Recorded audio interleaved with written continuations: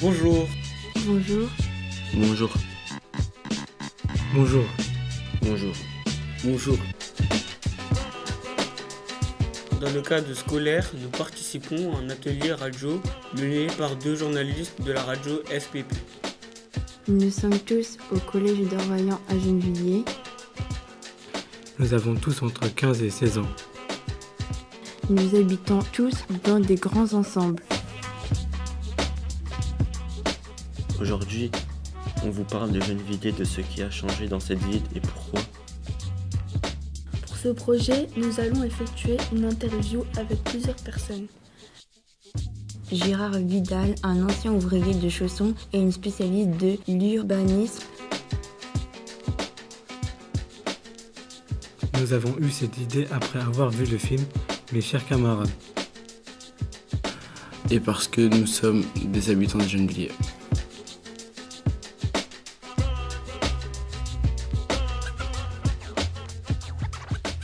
On est au collège Édouard Vaillant et on va organiser une discussion avec, et je vais vous laisser vous présenter. Alors Bernard Macera, j'ai travaillé chez Chausson, j'étais secrétaire du comité central d'entreprise et puis un petit peu porte-parole de l'intersyndicale pendant surtout les dernières années, quoi, où on a essayé de sauver l'emploi et de sauver d'abord l'usine. Et puis là-dessus, on a eu quand même un véritable échec, puisqu'aujourd'hui, c'est des immeubles, tout est fermé. Oui, bonjour. Donc, moi, c'est Gérard Vidal. J'ai travaillé à Chausson de 1973 à 1991. Par la suite, j'ai effectué un travail de réalisation vidéo et de photographe. Et j'ai donc réalisé un film sur l'histoire sociale et politique de l'entreprise Chausson. Chers camarades. Chers camarades, c'est ça. Moi, c'est Daniel Grazon. Je n'ai jamais travaillé chez Chausson, mais je travaillais au journal local La Voix populaire. Et donc, j'ai été sollicité par Bernard et puis les copains de Chausson pour écrire un livre. C'est le livre-là, avec Bernard et avec un groupe de travail. Donc, je connais bien quand même Gennevilliers, puisque j'y habite depuis 1969. Et voilà, j'ai vu la ville changer, se développer, la population se modifier.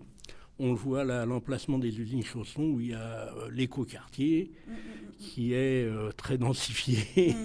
Mais ça, on va y revenir ensemble parce que justement, cet élève de ce collège, pour la plupart, ils habitent Gennevilliers. Et donc, du coup, toutes ces questions se sont posées à nous. Donc, on va commencer et c'est là que ça se passe. Nous voulions savoir si vous étiez né dans les alentours de Gennevilliers. Non, je ne suis pas de Gennevilliers. Je suis né en Haute-Savoie et je suis venu dans la région pour des raisons de travail. En quelle année ? En 1939. Ouais. Moi, je suis né à Béziers, dans l'Hérault. Puis la même chose, en fait, je suis venu à Gennevilliers en 1973 pour une histoire de travail. Alors moi, je suis né à Saint-Denis, qui est pas loin d'ici, et j'ai habité longtemps, avant d'habiter à Gennevilliers, à Saint-Ouen. Travaillez-vous à Chausson ? Non. En usine, quand même, oui. Mais en usine quand même. J'ai toujours travaillé, pas toujours en usine, puisque j'ai été licencié après la grève de 68, de chez Delachaux, en septembre. Et j'ai eu des responsabilités politiques sur la ville, ensuite au journal local 15 ans, et ensuite à l'office HLM où je rédigeais la revue à l'intention des locataires qui s'appelait Agora, pendant 9 ans. Voilà, ensuite j'ai contribué au livre et depuis je travaille sur l'histoire sociale. Oui, j'ai travaillé à Chausson puisque je suis venu pour ça, comme électromécanicien.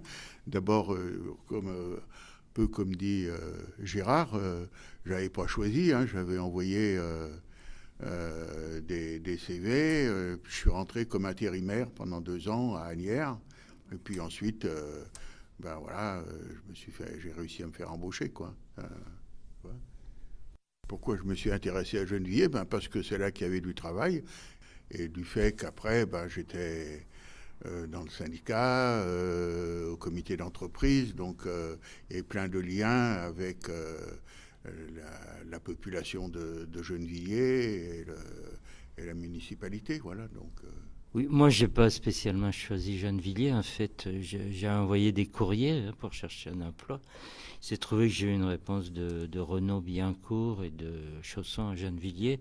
Ça n'a pas marché à Renaud, ça a marché à Chausson. Donc voilà, je suis arrivé en 73 avec ma valise à Gennevilliers. À quelle date l'entreprise Chausson a-t-elle été créée? Alors, l'usine a été créée en 1907 à Asnières, au bout de la rue Malakoff, je crois qu'elle s'appelle toujours comme ça, hein, au bout de la rue Malakoff, où il y avait un atelier. Et à ce moment-là, c'était les frères Chausson qui étaient des ingénieurs et des techniciens et qui ont réalisé pas mal de pièces pour l'automobile, dont en particulier les radiateurs pour l'automobile. Parce que les toutes premières voitures, il faut refroidir les moteurs, quoi, en gros, quoi. Et pour refroidir les moteurs, on fait passer un circuit d'eau froide. Et donc pour refroidir l'eau, on met un radiateur, encore maintenant sur les voitures, tout à fait devant. Comme ça, avec la vitesse, ça fait un peu de vent, ça rafraîchit, puis un ventilateur. Et cette eau froide vient refroidir les pièces mécaniques du moteur, sinon le moteur gripperait. Voilà. Donc les frères Chausson avaient inventé ce radiateur qui a été ensuite modernisé et breveté et qui existe toujours, encore maintenant, comme brevet radiateur Chausson. Mais c'est fabriqué maintenant en France par le groupe Valeo, une usine qui était avant à Chausson à Laval et une autre qui était à Reims. Donc celle de Reims est fermée, mais celle de Laval continue encore à fabriquer des radiateurs pour l'industrie automobile, comme Chausson le faisait avant à Asnières.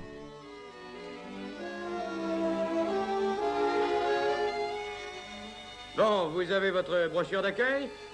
Eh ben, venez avec moi, c'est le moment de faire la connaissance des usines Chausson. Il y a 50 ans, les frères Chausson installaient à Asnières leur petit atelier de chaudronnerie. 1907, surface 300 mètres carrés. Aujourd'hui, M. Jules Chausson et M. Gaston Chausson, fondateurs, président l'entreprise qu'ils ont créée. Depuis 1907, que de chemin parcouru. 5 usines, 277 000 mètres carrés de surface. Et puis après, Chausson a grossi depuis Asnières et il s'est spécialisé dans la construction automobile, en particulier en rachetant une société qui s'appelait Chenard et Walker, qui était sur la rue Henri Barbus. À côté de la mosquée, il y avait l'entrée de l'usine Chenard et Walker. Et pour revenir sur les radiateurs, le radiateur Chausson a connu sa notoriété aussi avec la croisière jaune. C'était une croisière qui était partie de Paris jusqu'à Pékin pour Citroën. Et c'était des radiateurs aussi pour les avions, y compris pendant la Seconde Guerre mondiale. Je voulais juste vous demander, parce que j'imagine qu'une seule usine en France pour fabriquer tous les radiateurs qu'il faut pour toutes les voitures qui sont en circulation en France, ça ne suffit pas. Donc j'imagine qu'il y a d'autres usines qui ont été délocalisées. Ah oui, bien sûr, oui. Puis aujourd'hui, c'est le groupe Valeo. Donc Valeo a non seulement des usines en France, et après, je sais qu'il a une usine au moins en Allemagne. Et après, sans doute, aujourd'hui, j'ai un peu perdu, mais je ne serais pas étonné qu'il soit également en Roumanie. Pareil que Renault a racheté une usine en Roumanie qui s'appelle Dacia et qu'il a développée, en fait, pour revendre des véhicules et les fabriquer avec une main-d'œuvre bien moins chère, même si aujourd'hui, ça commence à changer parce que les Roumains les travailleurs sont comme tous les travailleurs. Au bout d'un moment, quand ils voient que ça marche, ils veulent une petite part du gâteau, une toute petite, mais ils la veulent. Il y a eu, il y a 2 ans, des grandes grèves chez Dacia en Roumanie, et leur salaire a été augmenté de 30%. Et ils sont encore nettement inférieurs au salaire français. Mais c'est vrai qu'aujourd'hui, les constructeurs automobiles, comme Renault, commencent à dire « Oh ben la Roumanie, faut peut-être qu'on regarde ailleurs, quoi. Alors je sais pas où ils vont aller, mais ils vont sûrement encore trouver un endroit où les gens ils crèvent la dalle, quoi, pour les payer avec des cacahuètes. Que fabriquait-on dans les usines Chausson? On a fabriqué un peu toutes sortes de véhicules, mais surtout ici à Gennevilliers, des véhicules utilitaires légers, après la fabrication de cars. Les cars Chausson qui ont, pendant longtemps, qui ont été très réputés, qu'on vendait y compris en Algérie, qu'on retrouvait partout. Et bon, les autocars Chausson, c'était monté sur l'usine H. La chaîne de montage était à l'usine H. Sur l'usine H, et bon, ça a été racheté par la Savième. Où j'ai commencé, quand j'ai commencé à travailler, je travaillais à la Savième, boulevard Victor Hugo à Saint-Ouen. Et c'est là que les moteurs des autocars étaient fabriqués. Et ils étaient montés après à Annonay, en Ardèche. Les cars Chausson étaient très, très présents en France. Moi, ce sont des cars Chausson qui m'ont amené au collège et au lycée dans les années fin 60, début 70. Le car Chausson est terminé.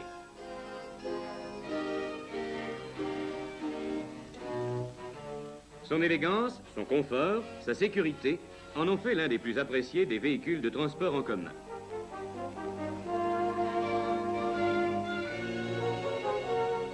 Sa silhouette se profile sur toutes les routes de France et du monde, porte en haut sa marque de qualité. Et après, on a fabriqué, après les cars Chausson, il y a eu les J9, J7, J9, C35 pour Citroën, Peugeot, et puis l'Estafette aussi pour Renault. Et puis après, le Trafic, les toutes dernières années, ça a surtout été le Trafic qui était fabriqué alors sur l'usine G, qui était de l'autre côté de la rue. Quand vous venez du métro, sur la rue Henri Barbus, à droite c'était H et à gauche c'était G. Donc à droite c'était plutôt Peugeot, Citroën et la mécanique avec Chenard et Walker, parce que l'usine de Chenard et Walker que les Chausson avaient, les frères Chausson avaient racheté, avait continué ensuite plus à faire des véhicules, mais ils faisaient de la mécanique, en particulier des boîtes de vitesse pour l'armée, pour les chars Leclerc et pour les métros. Où se situait Chausson à Gennevilliers? Chausson s'étendait de la rue Henri Barbus jusqu'à l'avenue Gabriel Péri. Et sur toute la largeur, entre l'avenue Chandon et la rue du 19 mars 1962. Tout ça, c'était Chausson. On avait coutume de dire que c'était le cœur de la ville, parce que beaucoup de salariés habitaient Gennevilliers. Ou dans des villes proches, il y a à peu près 30-40% des salariés qui habitaient la ville, ou les proches alentours, quoi. C'est que le terrain où se trouve le collège Édouard Vaillant était aussi une partie de Chausson. C'était pas un lieu où il y avait des fabrications, mais c'était un lieu où il y avait du contrôle. On y contrôlait notamment les J9 Peugeot. Avant de partir à la vente, quoi. Donc, Alors là, on est sur l'endroit où il y avait l'usine, en fait. Dessous nous, là. Il y a des fantômes qui traînent. Et à l'angle, il y avait les garages à vélo, là. À l'angle de l'avenue Chandon et de cette rue, il y avait le garage pour les vélos. Ça devait représenter des milliers de vélos. Certainement. Combien de personnes travaillent à Chausson? Pas tout à fait 5000, mais 4800, 4900, quelque chose comme ça, oui. De travailleurs Chausson, quoi. Hein. Parce qu'après, il y avait toujours des volants d'intérimaires importants. Étiez-vous dans les manifestations concernant Chausson? Oui, bien sûr. C'était normal, puisqu'on se défendait, on y était tous.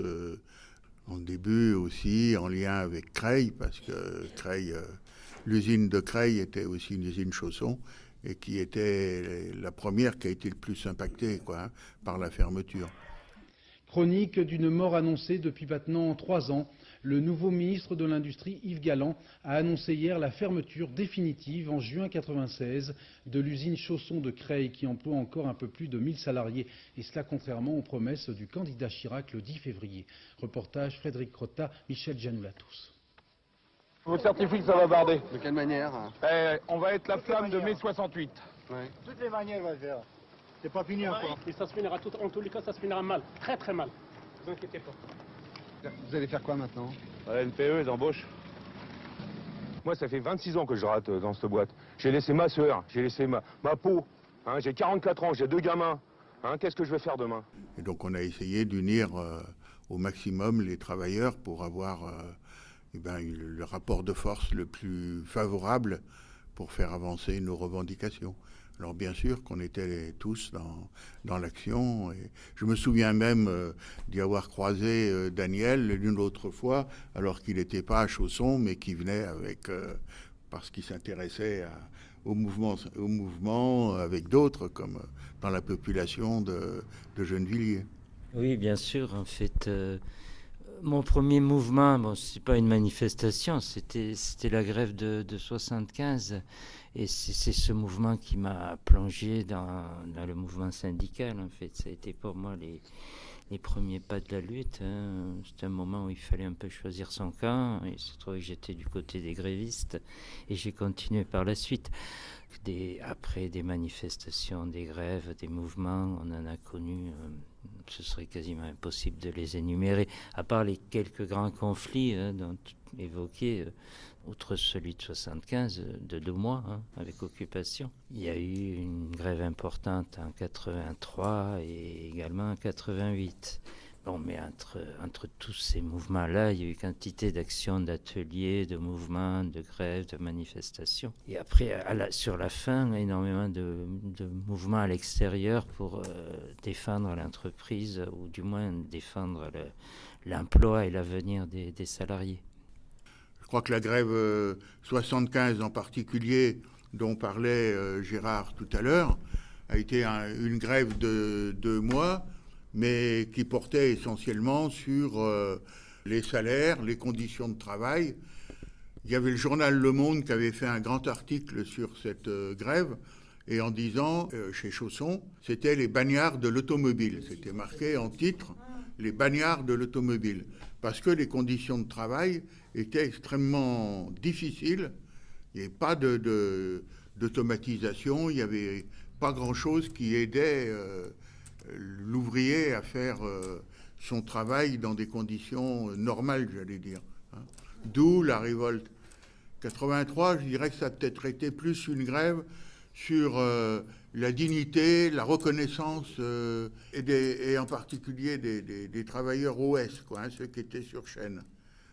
Et puis après, il y a eu en 88 davantage peut-être autour des salaires, conditions de travail. Puis ensuite, on a eu toute une série de grèves, de conflits qui duraient pas dans le temps, plusieurs semaines, mais qui étaient très ponctuels sur une journée ou 2 jours, et où on faisait en général des opérations un peu coup de poing. On a occupé la bourse financière, on a occupé des usines de Renault, on a occupé le siège de la NPE, à Pôle emploi, On a occupé plein des ministères, ministère du Travail, ministère de l'Industrie. Alors on faisait ça pas pour se faire plaisir, mais pour exiger que l'État, avec Renault et Peugeot, qui étaient les actionnaires, les propriétaires de l'usine, ils accordent des droits aux travailleurs. D'abord, on s'est battu pour sauver l'usine en tant que telle. Ça, on n'a pas réussi. Mais on s'est battu pour avoir des conditions, soit de reclassement, et c'est comme ça que beaucoup de travailleurs, parmi ceux qui avaient moins de 50 ans, sont partis chez Renault, ou bien chez Citroën, à Aulnay, ou aussi aux ADP. Juste, on peut rajouter aussi, il y a eu des actions assez spectaculaires, notamment l'occupation du Conseil d'État et l'occupation du Sénat, où les camarades de Chausson ont réussi à imposer qu'il soit reçu par par le président du Sénat de l'époque qui s'appelait Monsieur Poncelet. Voilà, donc ça c'est quand même des actions. Les travailleurs étaient très fiers en fait d'avoir réussi à porter leurs problèmes à un tel niveau. Oui, moi là-dessus, par rapport à Chausson, par rapport aux luttes, une des grandes dimensions, ça a été les OS immigrés dans la lutte. Parce que bon, c'était une des caractéristiques de cette usine, c'est-à-dire des ouvriers sans grande qualification. Beaucoup venaient du Maroc, parce que Gennevilliers était la ville française qui comptait le plus de Marocains. Et ça remonte aux années 20. Les premiers ouvriers marocains sont arrivés dans les années 20, travaillaient déjà chez Chausson, chez Valentine, chez Citroën, dans toutes ces entreprises, avec des conditions d'habitat qui étaient innommables, à la hauteur, je ne sais pas si vous connaissez, de la place Voltaire à Asnières. Bon, il y avait ce que la presse de l'époque appelait le village arabe. Il y avait 2000 travailleurs qui s'entassaient là dans des baraquements qu'on a appelés plus tard des bidonvilles. Donc ces travailleurs immigrés ont par la suite habité rue du 19 mars 62, où toute la rue de l'autre côté de ce qu'était Chausson, il y avait rue des Aires de Leron, dans toutes les rues, il y avait des travailleurs, ils habitaient à 6 par chambre, quoi, avec des lits superposés, hein. Alors c'était tout un système, hein, parce que quand on dit marchand de sommeil, bon, c'était des fois quelqu'un, un ouvrier qui avait racheté la clé de la chambre et qui mettait des lits et se faisait payer par les autres. Et voilà, ça fonctionnait aussi comme ça, quoi. Alors il y en a beaucoup de la région d'Agadir et de Tiznit, qui est dans le même coin, et du nord du Maroc, de la région du Rif. Voilà. On le voit très bien d'ailleurs dans votre film, Gérard Vidal, puisque vous parliez aussi du fait que c'est l'État français qui a été chercher tous ces ouvriers au Maroc et qui les contraignait par l'intermédiaire de l'amicale des Marocains de France. Il y a une large part de cette histoire-là dans votre film. Oui, d'une part, il y a des archives. Puis bon, il y a bien sûr aussi le témoignage de nombreux travailleurs marocains pour l'essentiel, qui expliquent souvent qu'en fait, ils avaient l'idée, en arrivant, de rester quelques années comme ça, de gagner un peu d'argent et de retourner au pays, mais qui, par la suite, continuent à travailler là, on fait venir leur famille, ils se sont petit à petit intégrés à la vie et à la vie sociale ici en France. Qu'est-ce qui a changé pour vous les manifestations ? Comme je l'expliquais tout à l'heure, moi je n'étais pas spécialement militant avant d'arriver ici. Ça a été quand même aussi la découverte de tout un éventail de travailleurs qui venaient de différents coins de France, comme Bernard de Savoie, puis beaucoup venaient du Maroc ou d'Afrique plus lointaine, beaucoup du Mali par exemple. Donc c'est déjà une grande découverte et un enrichissement extraordinaire. Puis il y a aussi la question de la fierté, parce que c'était quand même une entreprise où les travailleurs se défendaient collectivement contre le patron. Et de ça, il a sorti une très grande fierté, le fait de refuser l'exploitation, de refuser l'humiliation, de combattre le racisme aussi, parce que tous les travailleurs étrangers qui arrivaient à Chausson étaient quand même victimes de la part de la maîtrise de beaucoup de racisme. Donc ça a été un combat pour la dignité, contre le racisme, et puis une affirmation collective de ses intérêts. Les gens ont appris collectivement à se défendre. Et ça c'est un point fondamental. C'est aussi ce que j'ai ressenti, bien sûr. Et je crois qu'on était tous fiers d'appartenir un peu à Chausson, parce que c'était une entreprise où on a essayé, où on réussissait par la lutte à se faire reconnaître, respecter. Et puis en même temps à construire une unité du monde du travail, une unité de travailleurs qui était au-delà des origines, au-delà des catégories professionnelles. Et je trouve que ça, c'était vraiment extraordinaire, quoi. Il y avait une vraie fierté de pouvoir s'affirmer dans ces luttes et de faire reconnaître une dignité ouvrière, voilà. Là, avant, les ouvriers, ils étaient comme des esclaves. Ils n'arrivent même pas d'y aller à la toilette. Et maintenant, qu'est-ce qu'ils demandent là, les ouvriers? Ils demandent de la liberté de travail. Pas la liberté, par exemple, il faut qu'il... La liberté du travail? La liberté de travail. Par exemple, il doit travailler 100 voitures ou 130 voitures. Il ne doit pas faire plus. Là, tandis qu'eux, avant, il fait plus de voitures. Chaque jour, il fait 3-4 voitures de plus, comme ça, pour qu'il rattrape quelque chose de l'entreprise, là. L'une de nos revendications, c'est l'affichage des cadences. Alors, une fois affiché, il ne peut plus augmenter ses cadences comme il veut. Pourquoi les usines ont-elles fermé? Ce qui s'est passé, c'est que pendant des années, Chausson avait un peu le monopole de la fabrication des véhicules utilitaires, hein, pour Renault et pour Peugeot. Par la suite, les constructeurs automobiles ont changé de stratégie pour produire un plus grand nombre. Ils se sont associés à d'autres et la place de Chausson dans la fabrication de ces véhicules a été remise en cause. Ce qu'il faut savoir, c'est que le capital, la propriété de Chausson était progressivement pour des histoires de famille. Au début, c'était la famille Chausson. Puis les familles Chausson, les frères, ils ne sont pas très bien entendus. Ils ont vendu leur part à Renault et à Peugeot. Donc c'était eux qui décidaient. C'était Renault et Peugeot qui décidaient. Et comme dit Gérard, au bout de certain nombre d'années, Renault, par exemple, qui nous donnait à fabriquer des véhicules, avait décidé d'essayer de gagner davantage de marché au niveau européen, voire au niveau du monde. Peugeot, il s'est mis en accord avec Fiat, parce que Fiat, c'était une entreprise italienne, mais ça ouvrait des marchés en Italie, et ça ouvrait d'autres marchés, comme la Libye, donc c'était un peu complémentaire. À partir de ce moment-là, Peugeot avait de moins en moins besoin de Chausson, puisque lui-même, avec Fiat, créait de nouvelles usines. Et puis de l'autre côté, Renault a fait exactement pareil, mais lui, il l'a fait avec DAF, avec Volvo, avec moins de chance. Mais quand même, ça a permis le démantèlement.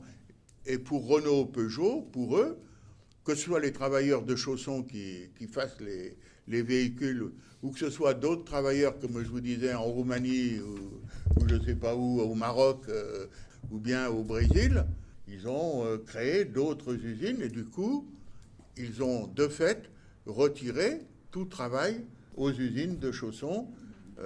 Voilà. En colère, ils ont l'impression d'avoir été trahis. Et pourtant, il y a 5 mois, le candidat Chirac les avait en quelque sorte rassurés. Pour lui, Renault et Peugeot, propriétaires de l'usine, allaient trouver une bonne solution. La dernière question du film de Gérard, c'est quoi la culture Chausson? Est-ce que dans ces usines, du coup, les ouvriers ne représentaient-ils pas une force capable d'imposer aussi un certain nombre de valeurs, de façons de vivre, d'avancées sociales au gouvernement, et que le capitalisme avait aussi intérêt à fermer ces grosses usines pour avoir plus les mains libres? Oui, non, mais ça, c'est vrai que chez Chausson, il y avait on a construit au fil des années, ça ne s'est pas fait tout seul, ça s'est fait au cours de dizaines et des dizaines d'années. Je me souviens que De Virville, qui était le secrétaire général de Renault, et avec qui on discutait pour les reclassements, m'avait pris à partie en me disant « Mais Macera, il y en a ras-de-bol de votre culture Chausson, et ça ne va pas continuer. » Voilà. Alors pourquoi il disait ça? Parce que effectivement, il y avait un camarade de Chausson qui était à Rueil, et qui avait été un des meneurs d'une grande grève à Rueil, qui l'avait mené un peu dans la culture qu'on avait chez Chausson, un peu dans l'unité. Voilà, on a eu le même phénomène à Cergy, où c'était un camarade de Camara, Bakary, qui lui aussi était devenu le fer de lance de la résistance, etc.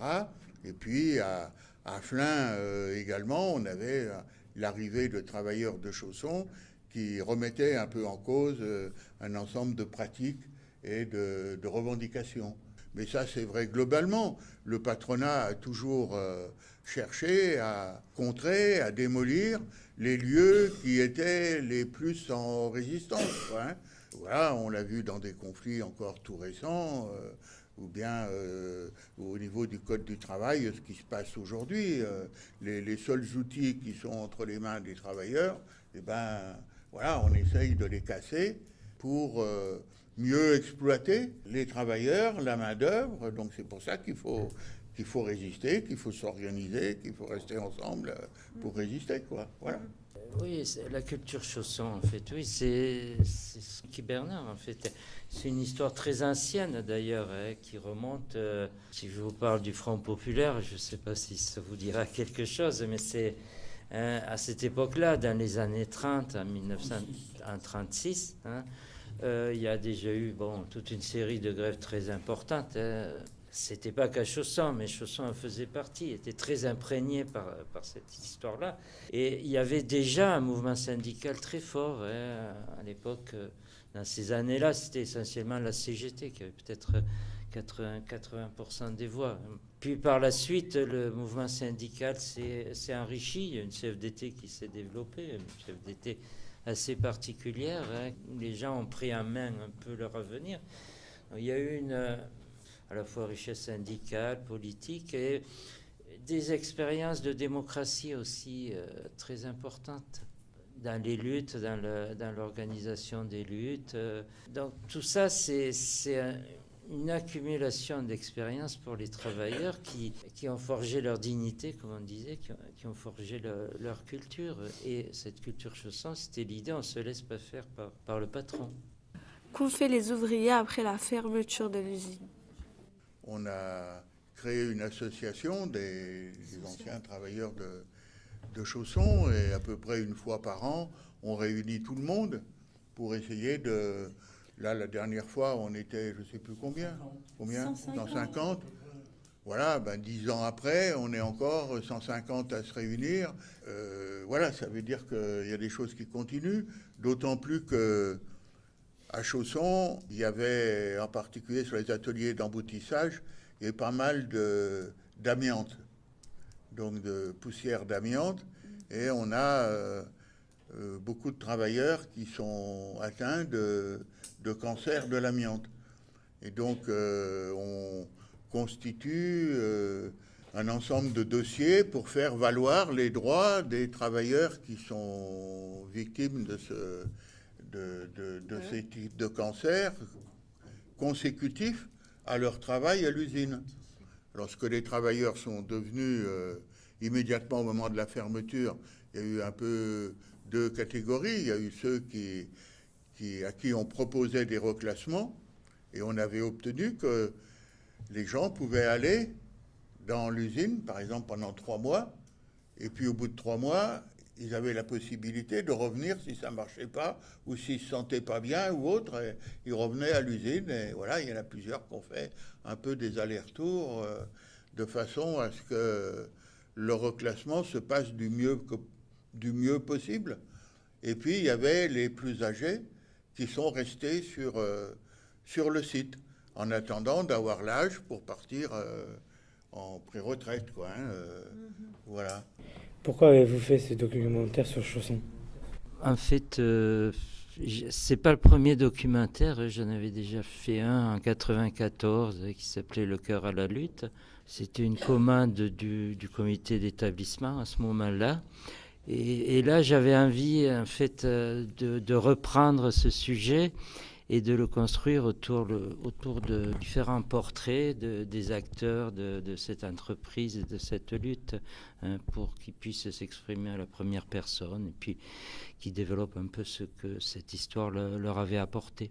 Dans le projet de film, j'avais écrit s'il existait un championnat de France des luttes, Chausson aurait sans doute la médaille d'or. C'est une entreprise extraordinaire de ce point de vue. Je ne veux pas dire unique, il doit y avoir d'autres cas en France, mais elle est quand même très, très bien placée sur ce plan. Donc, à la fois par l'importance des luttes, l'importance de la question sociale, la façon dont les revendications ont été portées et défendues jusqu'à la défense de l'emploi à la fin. Donc ça, c'est quelque chose d'extraordinaire. Quand moi j'avais quitté l'entreprise en 91, donc on m'a demandé de venir monter les images que des camarades avaient tournées pendant des manifestations. Et je me suis dit, on ne peut pas s'en tenir uniquement à des images de manifestations. Il faut raconter cette histoire. Une histoire comme ça, il faut qu'il y ait des traces qui restent, qui demeurent. Donc, un film, un livre, c'est quand même faire en sorte que cette mémoire ne se perde pas. L'idée du livre, c'est un peu... dans l'entreprise, on voulait me licencier. Donc, on avait fait une demande de licenciement pour... j'étais délégué. Et comme j'étais délégué, le patron devait expliquer pourquoi il me licenciait. Et donc, à ce moment-là, j'avais dit au patron, bon, vous pouvez nous licencier, vous pouvez prendre notre travail, vous pouvez nous foutre à la porte, ça c'est vrai. Mais ce que vous nous enlèverez jamais, c'est la camaraderie qu'on a construite, c'est la fierté de ce qu'on a vécu ensemble, et ça en mériterait un livre. Et voilà, et les travailleurs, ils m'ont pris au mot, ils nous ont pris au mot, ils ont dit alors, ce livre, il vient quand? Parce que c'est important, je crois que les gens avaient envie que, comme pour le film, qu'il y ait une trace, quoi. Voilà. C'est pour ça qu'on a fait ça. Avez-vous travaillé seul sur la réalisation de ce documentaire? Gérard Vidal. Un documentaire, au départ, c'est un gros travail d'écriture pour avoir des financements. Donc, il faut faire des dossiers, ça c'est un travail qu'on fait tout seul. Donc j'ai eu une première aide à l'écriture du CNC, qui est le Centre national de la cinématographie. Puis j'ai eu une deuxième aide, donc écriture d'un deuxième projet. Donc il y a une phase d'écriture, c'est un travail solitaire. Après on tourne avec une caméra et un preneur de son. Donc j'ai commencé avec un caméraman et un preneur de son. Mais quand on n'avait pas beaucoup d'argent, à mi-chemin, j'ai fait moi-même la caméra et la réalisation. Et puis, à la fin, je faisais le son, la caméra et la réalisation. Donc, ça, c'est un travail d'équipe, mais qui s'est un peu amenuisé, quoi. Ensuite, il y a un travail de montage. L'accord entre un réalisateur et un monteur ou une monteuse est très important parce que c'est un travail d'enrichissement commun. Si on ne s'entend pas, ça ne marche pas. Ce film, vous a-t-il coûté de l'argent pour le réaliser? Un film, ça coûte cher. Ouais. Celui-là, à peu près un budget entre 25 000 euros environ. Ce qui est très peu pour un documentaire d'une heure et demie. Le minimum, c'est 80 000 euros pour un documentaire de télévision. Et puis, selon les conditions de tournage, selon les sujets, ça peut monter jusqu'à plusieurs centaines de milliers d'euros.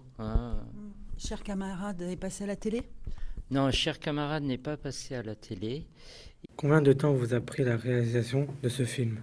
Ça a été très très long. Ça a duré 7 ans. Entre le moment où j'ai décidé de le faire et le moment où on l'a terminé, ça a duré 7 ans. Dans ces conditions-là de conception et de réalisation, ça prend beaucoup, beaucoup de temps. Ça m'a pris beaucoup. Pourquoi ne vous voit-on pas beaucoup dans le film? Parce que, enfin, c'est une histoire de réalisation. C'est vrai qu'il y a des documentaires aujourd'hui où on voit en permanence une personne, celle qui réalise, qui a l'image. Ça, c'est un peu une mode à la télé, mais c'est quand même pas une règle dans le documentaire. Quand on réalise, on est derrière la caméra. On peut entendre ma voix de temps en temps poser des questions. Mais même les questions ne sont présentes dans le film que quand elles sont indispensables à la compréhension. Êtes-vous content de votre film? Oui, bon, quand on revoit un film, on se dit qu'il y aurait toujours des petits trucs à améliorer. Non, mais globalement, je suis content. Mais on n'est pas juge seul de ce qu'on fait. On peut être satisfait. L'important, c'est le retour qu'on reçoit après les projections. Et de ce point de vue, ça a été très satisfaisant. Comment ce film a été accueilli par les employés de Chausson? dans l'ensemble, il a été bien accueilli. Bon, avec des nuances, c'est que les gens qui ont vécu une histoire comme ça, ils ont toujours leur propre film dans la tête. Hein. Et quand on raconte cette histoire-là, eux se disent oui, ça va, mais moi, j'aurais voulu la raconter d'une autre façon. Donc, par rapport aux salariés de Chausson, c'est toujours, on fait jamais l'unanimité parce que un film, c'est, selon la formule de Jean Vigo, c'est un point de vue documenté. Hein. Donc, quand on réalise un film, il y a un point de vue personnel. Hein. Voilà, il faut quand même... Bon, le critère principal, c'est de ne pas falsifier l'histoire, de ne rien transformer. Mais c'est un point de vue personnel, avec un regard personnel, hein, que tout le monde ne peut pas entièrement partager. Moi, je pense aussi, tout à l'heure, était parlé de culture Chausson. Je pense que plus largement, c'est la culture ouvrière. Vous prenez Renault à Billancourt. Il y avait l'usine et les travailleurs habitaient autour. Et Chausson, c'était la même chose. Les usines Citroën, c'était la même chose du jour où les usines ont décentralisé. Les usines Citroën, Levallois, Clichy, Saint-Denis ont été démolies, ils ont construit Aulnay. Eh bien ça fait éclater les solidarités, à la fois les solidarités ouvrières et les solidarités sur les lieux d'habitation aussi. Et moi, ça a été une riche expérience pour moi aussi, hein, de travailler, de rencontrer des ouvriers, des fois que je connaissais, hein, la plupart du temps je les connaissais, mais nous avons pu aller beaucoup plus loin. Et bon, c'est une des fiertés quand même des travailleurs de cette entreprise que ce livre. C'est un témoignage comme le film de Gérard.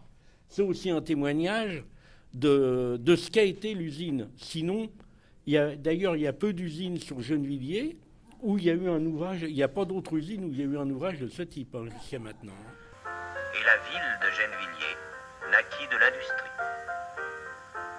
Des 1000 villageois du Second Empire aux 10 000 citadins du début du siècle, Gennevilliers est devenue aujourd'hui une cité industrielle de 50 000 habitants. Une cité poussée trop vite. Une croissance dont personne ne s'est soucié. Rarement une structure urbaine connut une telle incohérence. Il y a tout un aspect aussi, et c'est pour nous lié entre le travail et l'habitat. Y a-t-il toujours eu des grands ensembles à Gennevilles ? Ah non, les grands ensembles, c'est dans les années 60 qu'ils sont construits, avec la volonté, ça a été Sarcelles, hein, par exemple. Et ce qui s'est construit à Gennevilliers, rue Victor Hugo, le Luth, les sociétés de BTP, construisaient avec des chemins de rue. C'est-à-dire qu'il y avait sur des rails une rue de posée, et on construisait 2 immeubles en même temps, et une tour. Bah oui, c'est pour ça qu'il y a ces alignements. C'était de façon à rentabiliser les constructions. Mais en même temps, il faut se souvenir dans quelles conditions logeaient les travailleurs. Moi, j'habitais le Vieux-Saint-Ouen, de l'autre côté du pont. On parle ces jours-ci d'une crue à venir, mais sans avoir connu des grandes crues. Quand il y avait des crues de la Seine, moi, j'habitais le Vieux-Saint-Ouen, nous avions de l'eau dans la cuisine, hein. Ah bah oui. Et les HLM, qui sont très décriés aujourd'hui, ont été très appréciés. Parce que moi, je logeais au Vieux-Saint-Ouen, au 6 de la rue Saint-Denis. J'ai une sœur. Nous étions dans un tout petit logement. Il n'y avait pas de douche, il n'y avait pas de toilette. Fallait aller dans la cour. Alors, ça s'est dégradé à partir de quel moment ? Ça concorde avec la désindustrialisation de la région parisienne. Hein, et tous les phénomènes que l'on peut connaître de délinquance liés à la désindustrialisation. Et dans les années 50, j'habitais au 6 de la rue Saint-Denis, il y avait 13 bistrots ou épiceries-buvettes. Hein. Il y avait un alcoolisme terrible dans la classe ouvrière. Et il y avait un bistrot, et tous les samedis soirs, il y avait l'accordéon et les concours de belote, de cartes. Et ça se terminait en rixe, presque tous les samedis soirs. Voilà.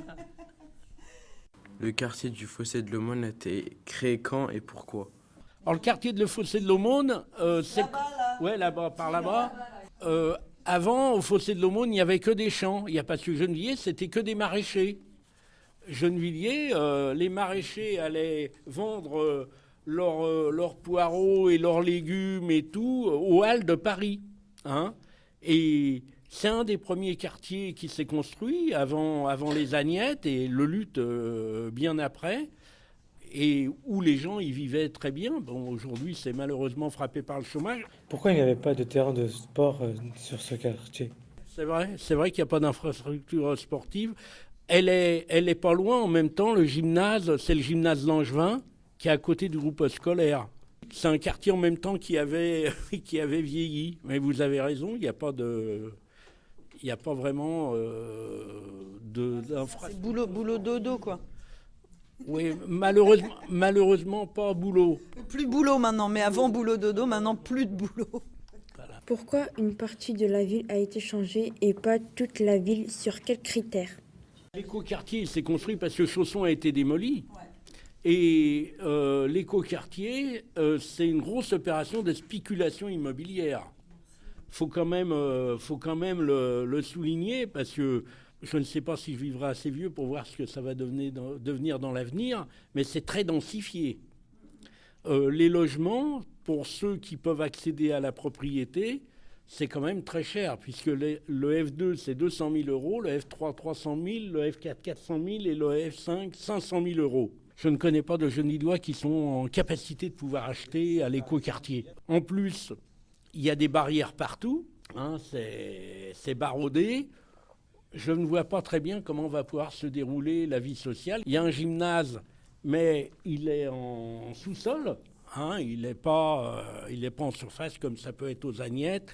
Donc l'écoquartier, d'abord, il n'est pas terminé. Je ne sais pas combien ça va faire d'habitants, de foyers d'habitants au bout du compte, quoi. Oh, je pourrais juste dire que quand je suis arrivé au niveau urbanistique, il existait un foyer de jeunes travailleurs, là juste en dessous, qui a disparu, qui a été détruit et qui accueillait beaucoup de jeunes salariés, de jeunes travailleurs des quatre coins de France et puis également du Maroc pour beaucoup, ou d'Afrique. Ça a été un de mes premiers lieux d'expérience, d'ouverture sur le monde.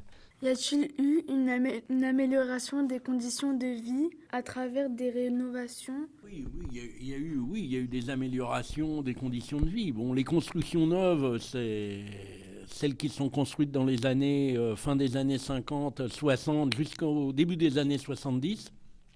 Parce que le dernier immeuble a dû se construire rue du 8 mai 45 en 1971. Hein, et après, il y a eu une interruption des constructions pour des raisons de financement. Il y avait des financements pour aider les villes à la construction, des financements de l'État. Ces financements ayant disparu, les villes ont de moins en moins de moyens pour pouvoir construire. Et même maintenant, même une ville comme Gennevilliers, qui n'est pas une ville sans ressources en même temps. Hein. Mais à Gennevilliers, il y a quand même pas mal de HLM. Même si le scandale qu'il y a eu longtemps, c'est les conditions d'habitat des travailleurs immigrés. Ces images lépreuses de bidonvilles, pour les filmer, nous ne sommes pas allés dans quelques banlieues de Marrakech ou d'Alger, mais à 3 kilomètres à vol d'oiseau de l'Arc de Triomphe de l'Étoile, à Gennevilliers.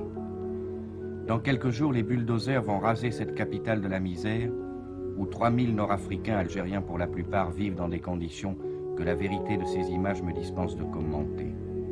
Peut-être faut-il que vous sachiez encore qu'à quelques minutes de chez vous, 3000 autres vivent ainsi dans d'autres bidonvilles. Qu'est-ce que tu fais? Raconte-moi ce que tu as fait aujourd'hui. J'ai joué au ballon. Tu as joué au ballon. J'ai été chercher de l'eau à mon père. Tu as été chercher de l'eau? À mon père. Oui. C'est loin l'eau? Oh non, c'est derrière là. Oui. Et tu as un grand seau? Tu portes un grand seau d'eau, toi? T'es costaud, dis donc. Tu vas plusieurs fois par jour? 2 fois par jour.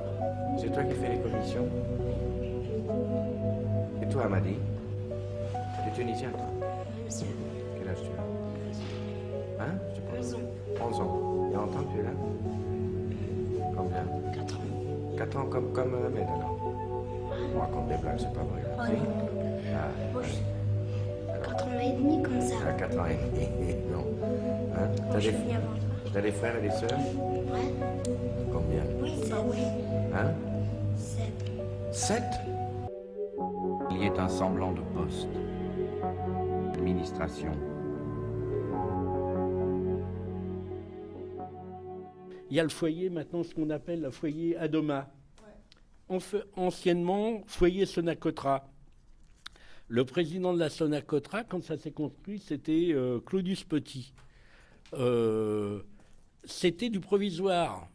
Et ça fait plus de 40 ans que ça existe. Ce sont des toutes petites chambres. Et ce ne sont pas des locataires. Ils n'ont pas de titre de locataire. Ils n'ont pas de titre de locataire, c'est une indemnité d'occupation. Ils n'ont aucun droit. Et ça perdure. Et c'est très cher en plus. Une autre question ?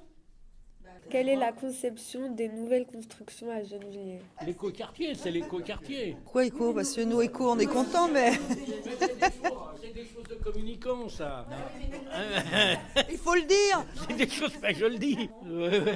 On peut rajouter, en fait, un des seuls aspects écologiques, c'est sans doute en termes des économies d'énergie. C'est, je crois, le seul critère. Après, il y a un label haute qualité environnementale. HQE. Mais il faut savoir que les labels, c'est les constructeurs du béton qui se les accordent. Hein. Alors bon, c'est tout relatif, quoi. Donc rendez-vous dans 5 ans pour les premiers immeubles qui sont construits pour voir ce que ça donne. Pourquoi le palais de justice se construit à Clichy et non à Gennevilliers ? C'est sur les terrains du pont Cardinet qui s'est construit, où il y avait une gare marchandise qui était immense. Pont Cardinet, à côté de la gare Pont Cardinet, vous connaissez, c'est dans le 17e, là, porte de Clichy. Et il y a tout un quadrilatère qui part de l'avenue... la gare marchandise n'avait plus beaucoup d'activité. Et donc, c'est une immense friche industrielle. Et c'est là qu'ils construisent le nouveau palais de justice, quoi. Il faut savoir que le palais de justice actuel, c'est très exigu. Je ne sais pas si vous avez déjà eu l'occasion d'y aller. Faut monter des escaliers, c'est un dédale. Puis au centre-ville, ça doit coûter cher quand même le prix du mètre carré. Oui, bien sûr. Oui. Si vous étiez le maire de Gennevilliers, qu'aimeriez-vous faire ? Il faut du pouvoir politique et du pouvoir économique en même temps. Et le maire, quel qu'il soit, quelle que soit la couleur politique, tout à l'heure, on n'a pas forcément les pouvoirs de changer. Par exemple, parler du logement tout à l'heure. La nouvelle présidente du conseil régional, Valérie Pécresse, et Devedjian ont décidé d'un commun accord que toutes les villes qui ont plus de 30% de logements sociaux, eh bien, si vous voulez construire, eux n'accorderaient plus de crédit, parce qu'ils ont déjà plus de 30% de logements sociaux. Voilà. Le pouvoir politique dans les villes est limité par l'étage au-dessus, quoi. Que ce soit une structure départementale, régionale, encore plus du pouvoir central de l'État. Il me semble que les perspectives, pour le moment, me paraissent malheureusement assez sombres. Si j'étais maire de Gennevilliers, je ne sais pas. Moi, je rejoins ce que dit Daniel, tout à fait. Bon, il y a la question du pouvoir économique qui est incontournable. Bon, ceci étant, Gennevilliers est une ville riche et a des marges de latitude. Par exemple, le niveau d'emploi à Gennevilliers est aussi élevé qu'il était dans les années 70. Avec une différence de fond, c'est que c'est plus du tout le même profil d'emploi et qu'il y a énormément de salariés qui viennent de l'extérieur pour travailler à Gennevilliers. Et qu'on a quand même ici entre 18 et 19% de chômage, ce qui est nettement au-dessus de la moyenne nationale. Donc c'est un peu le paradoxe. C'est une ville où il y a beaucoup d'emplois et où il y a beaucoup de chômeurs parce que l'emploi ne correspond pas forcément à la population. Donc ça, c'est un des problèmes de fond de la ville. C'est pas facile à résoudre, mais c'est quelque chose qu'il faudrait s'attacher à résoudre. Et l'autre point qui me paraît important, c'est développer réellement la démocratie locale. Je crois que sur cet aspect-là, il y a encore beaucoup de carences. Le fonctionnement des institutions politiques reste très centralisé autour autour du maire, des structures administratives. Les expériences de démocratie locale, les comités de quartier, ça reste très limité. Si on ne donne pas du pouvoir aux gens, ils n'ont aucune raison de s'en emparer, hein, si c'est uniquement quelque chose de symbolique. Donc je pense que c'est sur le plan de la démocratie locale qu'il y aurait beaucoup. Ce que je pense profondément, c'est en termes de démocratie, ce que disait Gérard, pour moi c'est fondamental et je crois que c'est dans la... si j'avais quelques pouvoirs quelque part dans une mairie comme Gennevilliers, j'essaierais de favoriser des structures réellement participatives et pas simplement de l'affichage. On peut toujours dire, on a parlé de l'écoquartier. Bon, l'écoquartier, c'est quand même strictement de l'affichage, même si l'une ou l'autre chose sont intéressantes. Par contre, de faire participer les gens. Je vais prendre un exemple. Enfin, il y a quelque temps, on avait souhaité, au moment où on avait fait la dernière porte ouverte à l'usine de Chaussons, c'est moi qui avais pris la parole et j'avais interpellé le maire en lui demandant de tenir compte dans l'appellation des rues de mettre des choses qui rappelleraient la mémoire qu'il y a eu ici une usine, qu'il y a eu ici des travailleurs essentiellement, et qu'il y a eu des luttes, etc. Quelque temps après, on a été sollicité pour proposer des noms. On a proposé des noms de militants, en particulier de camarades qui ont été fusillés ou qui ont été des déportés. On a proposé des noms pour rappeler que là, c'était l'emboutissage, que c'était bon, etc., etc. On n'en a jamais eu de retour. Ah ouais. Mais ce qu'on a vu, c'est qu'on a mis n'importe quel nom sur le quartier. Et je trouve que, voilà, c'est pas correct. Voilà ce que je veux dire. Mettre en place des instruments pour que les gens puissent s'exprimer. On a fait un écoquartier. Comment la population parle de l'écoquartier? Comment vous, ici, vous savez qu'est-ce que c'est que l'écoquartier? Ça montre bien, en écoutant vos questions, ça montre bien que la concertation avec la population locale ne s'est pas faite. Voilà. J'aurais bien aimé avoir votre avis et un peu savoir ce que vous souhaiteriez dire à une jeunesse dans un moment où justement, là on a une réforme du travail qui s'amorce et éventuellement une lutte, entre autres de la jeunesse, voilà, avec toute cette histoire des luttes et cette mémoire que vous essayez de faire vivre en venant là. Qu'est-ce que vous diriez en fonction de cette actualité à nos chers petits camarades? J'ai le recensement de 68 sous les yeux, là. À l'époque, il y avait 53%, près de 54% de population active à Gennevilliers. Et parmi ceux-là, près de 94% avaient du travail. Alors qu'aujourd'hui, il y a 20% de chômeurs et de précaires. Et c'est toute la question, parce que plus on appauvrit une population, eh bien, plus c'est catastrophique pour cette population, quoi. Et ce que je souhaite à la jeunesse, c'est d'abord de pouvoir terminer des études, quel que soit le niveau des études d'ailleurs. Mais vous savez, moi je suis d'une génération où avec un CAP, on avait du travail. Même sans CAP, on avait du travail. Hein, voilà. Et aujourd'hui, même avec un bac plus 4 ou 5, ils sont au chômage ou ils tiennent la caisse à Carrefour ou dans une autre grande surface. Ça, pour moi, c'est une véritable catastrophe humaine. D'abord pour ces jeunes, parce que quel avenir pour eux, quoi. Parce que nous, notre avenir, hein, Bernard et Gérard, même s'il est plus jeune... Ça va, vous avez encore la pêche, là. Notre avenir est derrière nous, quand même. Hein. Donc, voilà, quoi. Alors, qu'est-ce que je pourrais leur dire? Eh bien, contrairement à Macron qui leur proposait de rêver à devenir milliardaire, moi je les encourage, comme l'ont fait les anciens, à prendre leurs affaires en main. Et puis, contre l'esprit d'individualisme qui est très fort dans notre société aujourd'hui. Je crois que vivre des expériences collectives avec d'autres, des expériences de camaraderie, c'est très important. Et je les encourage à s'investir vraiment dans ces mouvements-là, parce que l'avenir, c'est là qu'il se trouve, en fait.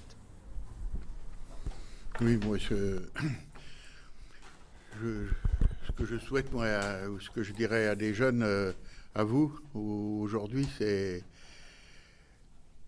de regarder, de croire à l'avenir et de croire qu'on peut construire l'avenir, de ne pas se décourager. Parce que la situation d'aujourd'hui, c'est vrai, elle est catastrophique, mais elle est aussi catastrophique parce que les classes populaires, les travailleurs, s'isolent de plus en plus.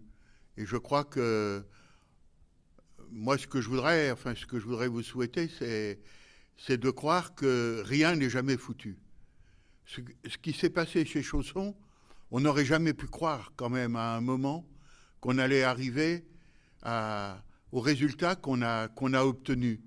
Vous regarderez dans notre bouquin quand même, où le film est porteur aussi de ce message. Il y a quelques années en arrière, il y a plein de gens qui nous auraient dit « mais c'est pas possible, vous n'y arriverez pas à faire bouger des choses, vous n'arriverez pas à obtenir des reclassements chez Renault et Peugeot, vous n'arriverez pas à ce que les travailleurs fassent des allers-retours pour essayer un emploi et pouvoir revenir en sécurité. » Ça, on l'a gagné.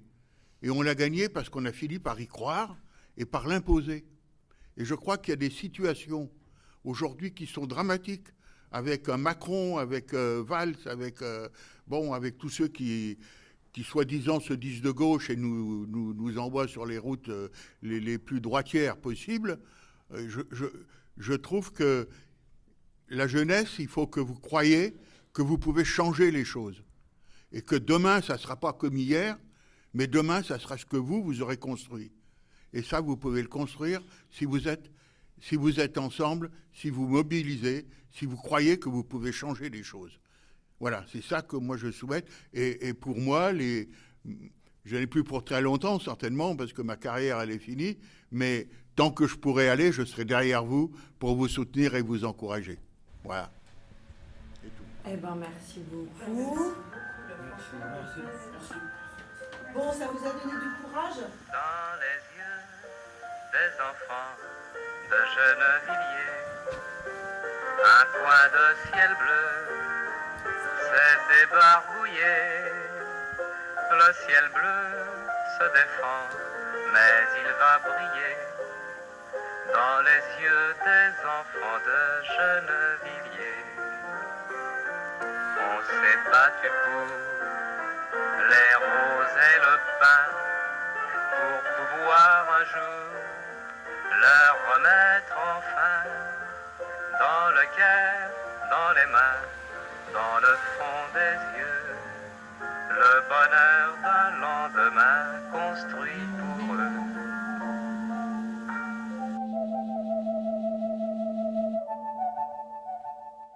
Je suis allé faire parler le cuir usé d'une valise sous un drap de couleur fade, contrastant ses souvenirs. Tarbéda, un embarcadère ensoleillé au départ, une arrivée sur un ponton terne et un visage hilar, celui d'un contremaître de l'encre, un tampon à la main, frappant le flanc de cette valise retenant la douleur. Ces visages s'engouffrant dans un train, direction l'usine de camions pour un bien dur labeur. Les sirènes n'ont pas de voix mélodieuse, leurs appels stridents ont force à cinq, leurs espoirs tels des moqueuses. Ces vestiges de période dure qu'elle garde en elle, ces séquelles marquent son cuir et le morcel. Je suis allé faire parler le cuir usé d'une valise, entreposée sous la poussière terre d'une vieille remise. Légère surcrue, l'on balafré de part en part. Une étiquette fanée rappelle son premier départ. Et janvier 53, la tatouée d'un plein cap sur le froid. Au fond de ce bagage, pas d'invitation au voyage, mais la plaine de Rélisène qui pleure un fils parti gagner le droit de ne plus errer affamé. Au fond de ce bagage, la coupure tachée d'un journal où s'étale le résumé du procès des agitateurs d'une usine embrasée. C'est une valise dans un coin qui hurle au destin qu'elle n'est pas venue en vain. C'est une valise dans un coin qui hurle au destin qu'elle n'est pas venue en vain. C'est une valise dans un coin qui hurle au destin qu'elle n'est pas venue en vain. C'est une valise dans un coin qui hurle au destin qu'elle n'est pas venue en vain. C'est une valise dans un coin qui hurle au destin qu'elle n'est pas venue en vain. Je suis allé faire parler le cuir usé d'une valise, autrefois pleine d'espoir, maintenant pleine de poussière. Si tu savais son histoire, partie de la soufrière, emportant quelques vêtements chauds pour cette terre de convoitise. La haine et la neige comme découverte et les visages se glacent face aux spécimens d'outre-mer. En cette pleine période d'exode qui accompagne l'exil, commence un triste épisode lorsqu'il débarque des îles. Pour finir empilé sur l'armoire du foyer, témoin du gain dur à envoyer. Souvenir terne d'une employée fidèle, toujours à la traîne derrière cet employé modèle. Je suis allé faire parler le cuir usé d'une valise de près d'un quart de siècle, mon aîné. Dire qu'en 62, des ruines encore traumatisées de Lomé jusqu'au port de Gorée. Elle témoigne de ses rêves en rupture de sève, à la levée des passerelles sous une averse de grêle. Le Mistral du Grand Nord traverse sans jamais trahir le vieil héritage colonial dominé par les siècles, reliant le Havre et ses environs depuis la sinistre cale d'un navire d'embarcation. Quand même les rats et les cafards cohabitent en paix avec les symboles vulgaires de la France d'après-guerre, il se pourrait que cette valise confinée dans un coin hurle au destin qu'elle n'est pas venue en vain. C'est une valise dans un coin qui hurle au destin qu'elle n'est pas venue en vain. C'est une valise dans un coin qui hurle au destin qu'elle n'est pas venue en vain. C'est une valise dans un coin qui hurle au destin qu'elle n'est pas venue en vain. C'est une valise dans un coin qui hurle au destin qu'elle n'est pas venue en vain. Qu'elle n'est pas venue en vain.